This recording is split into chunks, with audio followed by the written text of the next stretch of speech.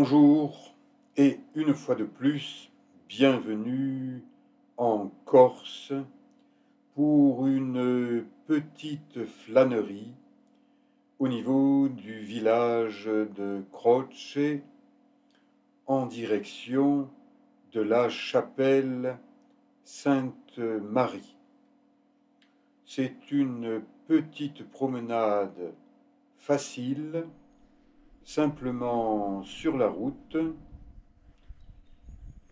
et je vous y invite en compagnie de mon accompagnatrice favorite, Agnès d'Altipiani. Voyez la taille des châtaigniers, également la taille du lierre grimpant, et l'hellebore de Corse, une plante endémique, c'est-à-dire qu'on la trouve en Corse et uniquement en Corse. Mariage du lierre et des arbres, quelques flaques d'eau. Il a plu récemment sur cette région de Corse, la Castanice, région des châtaigniers. Ces grands arbres ont fait la richesse de ce secteur dans le passé, mais les deux guerres ont décimé les villages de Corse. Je vous ai montré le monument aux morts du petit village de Croce qui porte 25 noms de soldats de Croce morts pendant la Première Guerre mondiale. Ça a littéralement décimé ce village et bien des villages. La chapelle est juste à côté, eh bien, une tour, car tout le monde veut avoir le téléphone, Internet, la télévision. Et bien pour ça, il faut des tours. Donc une tour, mais on peut visiter la chapelle en faisant le tour, sans forcément être obnubilé par la tour. Voilà, ces mariages du passé et du présent. Un petit tour, la chapelle est fermée à clé, je suppose qu'elle est ouverte à l'occasion de certaines cérémonies, et nous rentrons tranquillement vers le village de Croce, reprendre la voiture qu'Agnès conduit tranquillement, et moi, quand je suis en vacances en Corse, je ne suis pas pressé. J'admire le paysage et nous roulons tranquillement sur une petite route en direction du village de la Porta, capitale de la Castanice.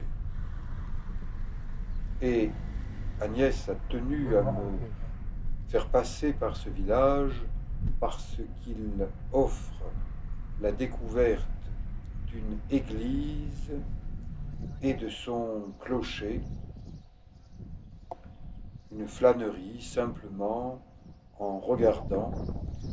Je ne suis pas un spécialiste des églises, j'y entre en touriste, j'apprends que l'orgue artisanal date de 1700 et des poussières.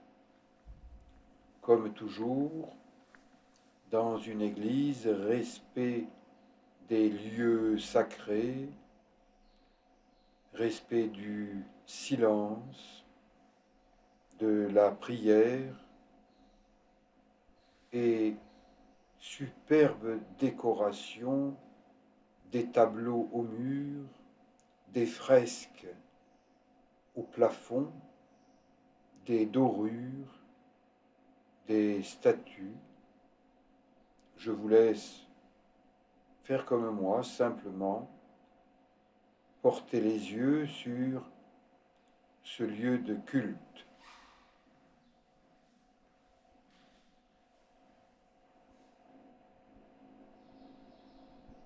Statue de Jeanne d'Arc, qui tenta de bouter hors de France les Anglais et qui fut brûlée sur un bûcher par ces mêmes Anglais. Ensuite, ils ont capturé Napoléon, empereur de France, né en Corse. Je ne suis pas le grand copain des Anglais et leur nouveau roi qui a cocufié sa première femme, Lady Di, je ne l'apprécie pas particulièrement. Petit tour à l'intérieur de cette belle église et observation de son clocher extrêmement travaillé. Eh bien, c'est le signe que cette région de Castanice, ce village de la Porte, a par le passé été riche. Lorsqu'il y avait beaucoup d'habitants, lorsqu'on travaillait beaucoup les châtaigniers de différentes manières, mais aujourd'hui, eh bien, c'est un village, un marronnier avec ses belles fleurs, juste à côté de l'église, de la tour, à côté d'un petit café sympathique. Vision de ce village bien tranquille. Je crois que l'arbre aux feuilles rouges est une variété d'érable, mais je n'en suis pas certain. Le suivant est un arbre de Judée. Quand on se promène dans une belle nature, si on peut mettre un nom sur un lieu, un monument, un arbre, une plante, une fleur, ben, c'est bien.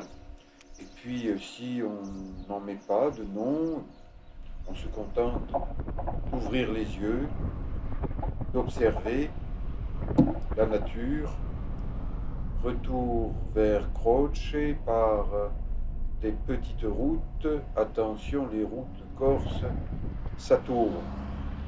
Et le chanteur corse Imouvrini dit: si vous loupez un virage en Corse, ne vous inquiétez pas, il en reste d'autres, des virages.